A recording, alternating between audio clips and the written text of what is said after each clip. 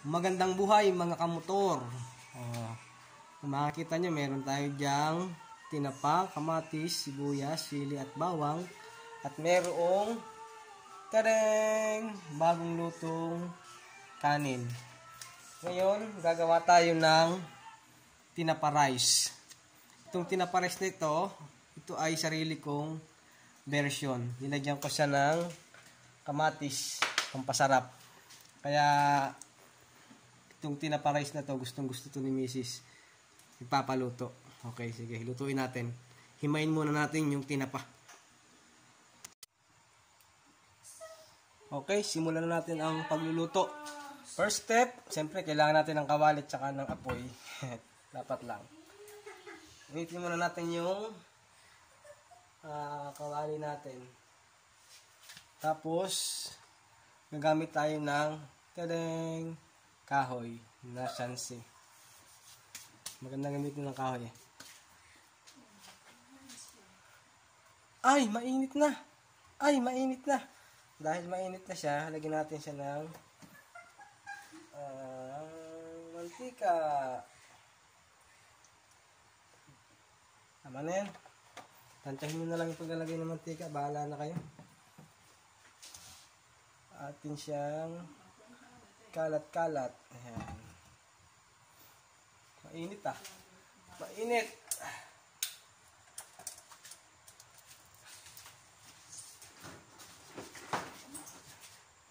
Pagka mainit na yung mantika natin,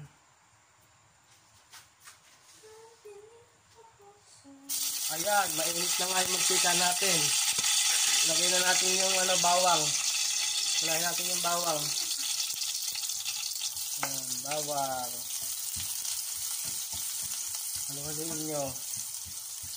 Tapos, lagay nyo yung sili. Sili muna, bawang, tas sili. Para yung sili natin, siling panigang. Para hindi masyadong maanghang. Kaya kung gusto nyo lang maanghang, hindi yung siling labuyo. Ayan. Pag medyo, na siya, parang natotosted na, saka lalagay yung sibuyas.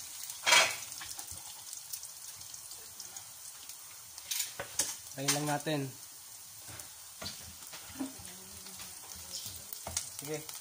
Medyo, pwede natin lagay ang sibuyas. Sibuyas na puti. Pwede rin yung sibuyas na pula. Mas masarap nga yung pula pero dahil puti yung available, ito na yung nilagay natin.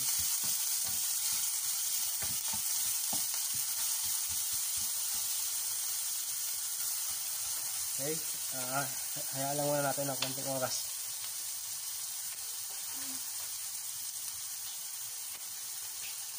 Pagka medyo okay na siya, lagay natin yung tinapa. Yan yung tinapa, hinimay na natin. 2 pieces. Lagyan na natin. Halu-haluin. Yung palang tinapa, bago nyo ilagay, iprito nyo muna. Mas masarap pagka pinirito muna siya. And then, lagay na natin ang kamatis. Yan, lagyan natin yung kamatis. Tapos, lagyan natin ng asin. Kunting asin lang. Yan, kunti lang yan. Tapos, pag nilagay natin yung kamatis na, hinaan natin yung apoy. Tapos, takpan natin. Kailangan yung kamatis niya, madurog. Yung katas niya, sumama na sa mantika para sumarap.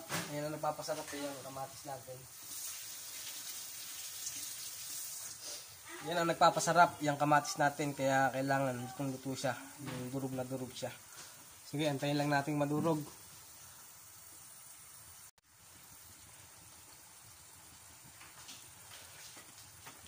Okay, buksan natin. Tingnan natin kung okay na. Yun, okay na. Okay na. Durog na yung kamatis.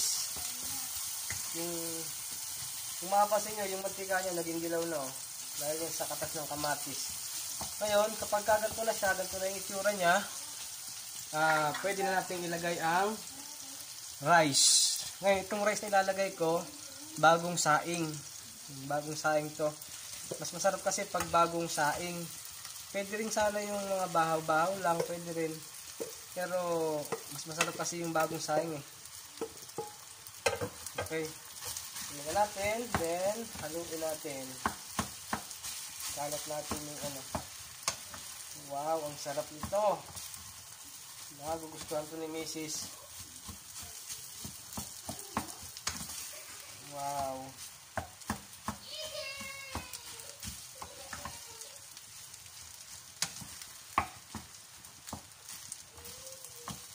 Haluin lang siya ng haluin para yung mga ingredients niya sumama sa kanin, kumapit sa kanin niya.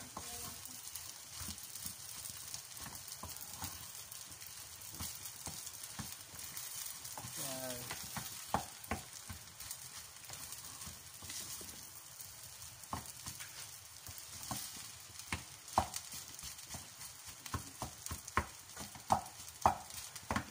Durugin nyo. Pag may mga buo-buo, durugin nyo.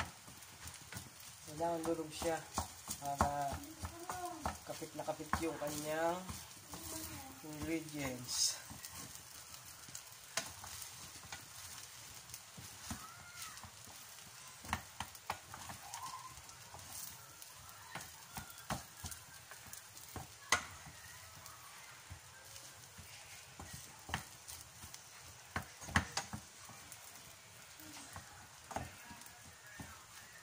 Ngayon, sa mga mataas yung panlasa, pwede nyo lagyan ng magic sarap. Ako, hindi na ako maglalagay ng magic sarap kasi mababa lang yung panlasa ko. Kasi mababa din yung panlasa niya. Tsaka yung tinapa, may lasa naman na yung tinapa, kaya hindi na maglalagay ng magic sarap. Kayo, pwede. Kung gusto nyo lagyan, pwede naman. At least, lalo pa siyang sasarap. Kaya, magic sarap. Sumasarap.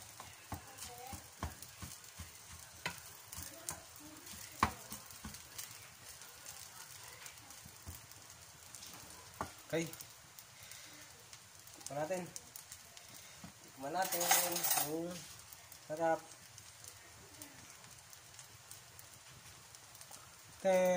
Tikman natin ha.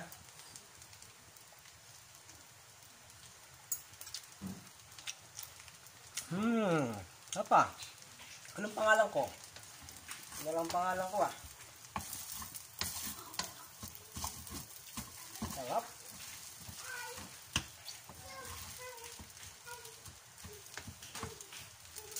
Okay na.